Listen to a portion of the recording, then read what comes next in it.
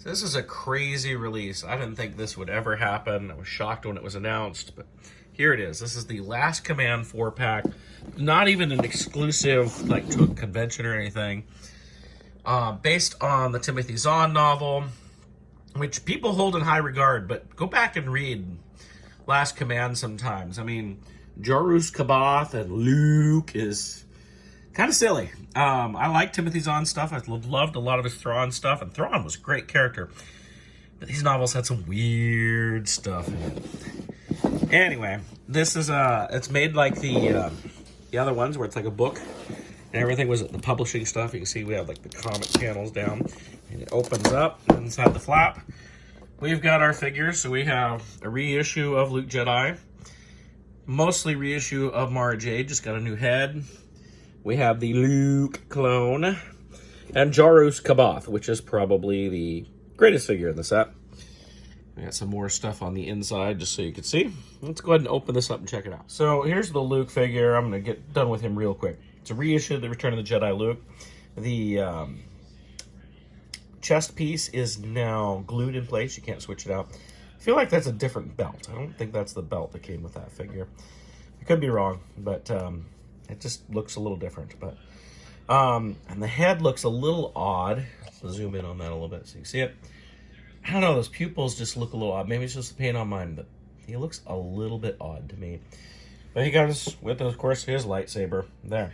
That's all the time I'm going to spend on Return of the Jedi. Here is our Mara Jade. Just me, or she look a little surprised or something. Her eyes just seem very wide. Maybe it's, I don't know. Maybe it's looking at the close-up.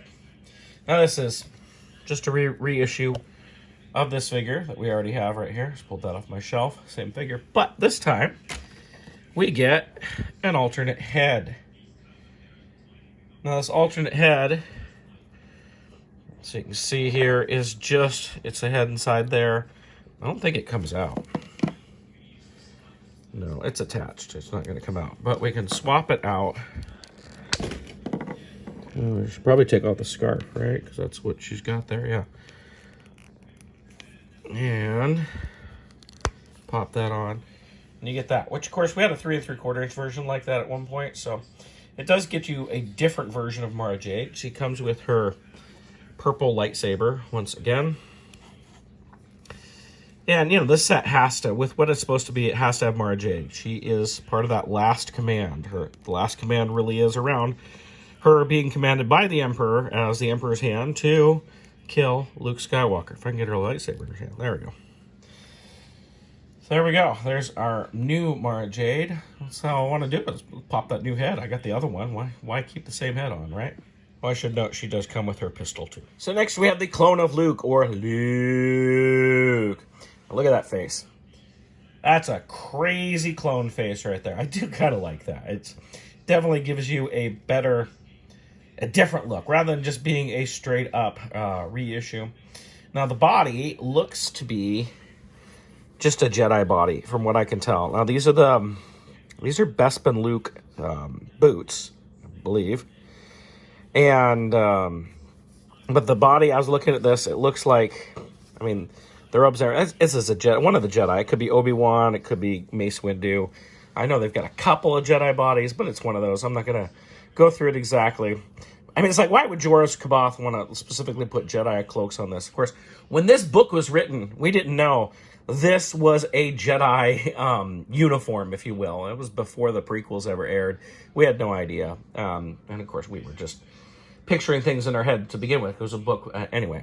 So he, of course, he has this cloak, this blue cloak, which does come off. It's kind of a heavier material. It does have a hood. How big is that hood? The hood works, unlike the Acolyte figures where it's attached to the back. You can use that hood. Let's see if it looks any good. There we go. Doesn't he look crazy? Here, zoom in again. Oh, yeah, there's crazy Luke. Okay. And, yeah, I don't like the hood up. And he comes with, of course, the lightsaber that Luke lost in the Bespin duel right here. The infamous lightsaber that shows up in Force Awakens, all that sort of stuff. Well, wouldn't that have been interesting if they somehow tied Force Awakens into that? So, again, Oh, yeah, I remember this hand. I remember from a Jedi, that specific where the cuff comes up. I don't remember which one it was. If you know, just go ahead and put it in the comments. It's okay. But I remember that specifically, that I guess you can maybe, you can raise the wrist up a little bit so you can get that lightsaber in. But I remember messing with that lightsaber to get it in like that on somebody. Whether it was Mace Windu or, I don't think it would have been Kit Fisto or Obi-Wan or... Well, there we go. So this is Luke, which, you know, it's kind of cool to get. And I'm glad that they made that crazy face. Made him a little bit different. I wasn't sure how they were going to make a clone of Luke, if it was just going to be a Bespin Luke or what. But it is interesting anyway. So last, we have the new figure in this set, which is Joruus C'baoth. I think I always thought of him as Joruus C'baoth when I was reading those books. I didn't really notice the double U in there. But, of course, if you remember, this was supposed to be the evil clone of Obi-Wan Kenobi, and George Lucas said, no, that can't happen. So it was made to be a clone of a Jedi who's gone absolutely crazy. The novels made it out that clones of Jedi, or I don't know if it's clones of Jedi or clones in general. It's been 30 years since I read those. Go crazy as it is. And this matches the way he looked. If you remember that very first book, what was the name of the first book? It had the blue cover. And for some reason, the I want to say the dark something or other. Yeah, people are yelling at me right now. But I remember it was. I remember him on the front of that cover, literally with the robes apart. You could see his ripped chest right here. Look at that. He's got his little medallion right here, and I believe on the cover, the way he was, is you could take. They gave him the Emperor electricity hands here. And I think what you can do here is you can basically redo that cover, at least for Joruus C'baoth. There we go. And he was like blasting lightning up like that, right? So you could do that right here, can't you? Now I'm gonna be honest. I'm looking at this face and you know, this you could talk about Merlin, you could talk about Gandalf. I think of Anorak from Ready Player One. Now, I read the books before the movie came out, but it kind of has that Anorak kind of look. In fact, the whole thing kind of makes me think of Anorak. Maybe I'm crazy on that, but that's what I think of it. Now, I'm sure there's some reuse in here. I'm not going to go into it too much because it's got that new head, which is nice. It does have the alternate hands. I mean, obviously, these are the Emperor lightning hands. That's a pretty easy reuse, and why not? He does come with a lightsaber right here. This is kind of orangish lightsaber. This is how Balin Skull's lightsaber should look, right? Which we can see. Will it fit in his hand? Yes, it fits in his hand very well. He is rocking sandals. Look at that. Is this the second figure we've had sandals? Because Snoke had sandals too, right? Or they were more slippers. But rocking sandals here. He's got on the overlay, we have kind of the tabards hanging down here. And then he's got a soft goods skirt. Underneath, I'm sure these legs have got to be reused from somewhere because why put something brand new in there? He's kind of a tall dude. Interesting guy. I don't know. He's not overly interesting, but it's as a longtime Star Wars fan, and I've been collecting Star Wars figures since I was a kid in the 80s, but since the line hit 95, and really before that with Action Masters and Bendums and all that, I remember this guy. We've never had a figure of this guy in all that time. Now, we've had plenty of other Timothy Zahn novel figures. There was a Zahn figure put out back in the Thrawn figure put out back in the 90s, among other things there.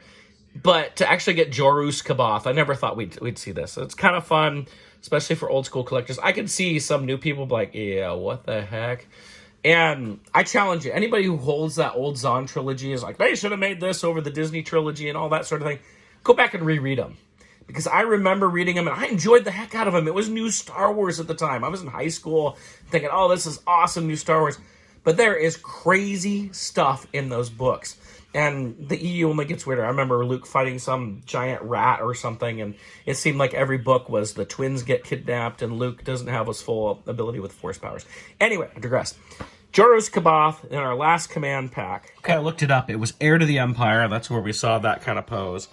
We get kind of this pose from Luke and Mara Jade on the Last Command original novel. And Luke, the only like full body shot of him is actually with his robes on. So I just kind of went with this idea. It's kind of an interesting little look at it. It's a fun set. For some people, it's a whole bunch of repaints, but for those of us old school fans, it's kind of fun to get this crazy Joruus Kuboth, this crazy Luke figure. I do like the extra Mara head. The Luke is meh, you know. But what were they throwing in? Another Thrawn, which how many Thrawns are we getting this year? So yeah, it's a fun set, and enjoy as it is. And it was cheaper than most of us thought. It was, you know, 4 individual figures being $100, and this was less than $100. So there you go.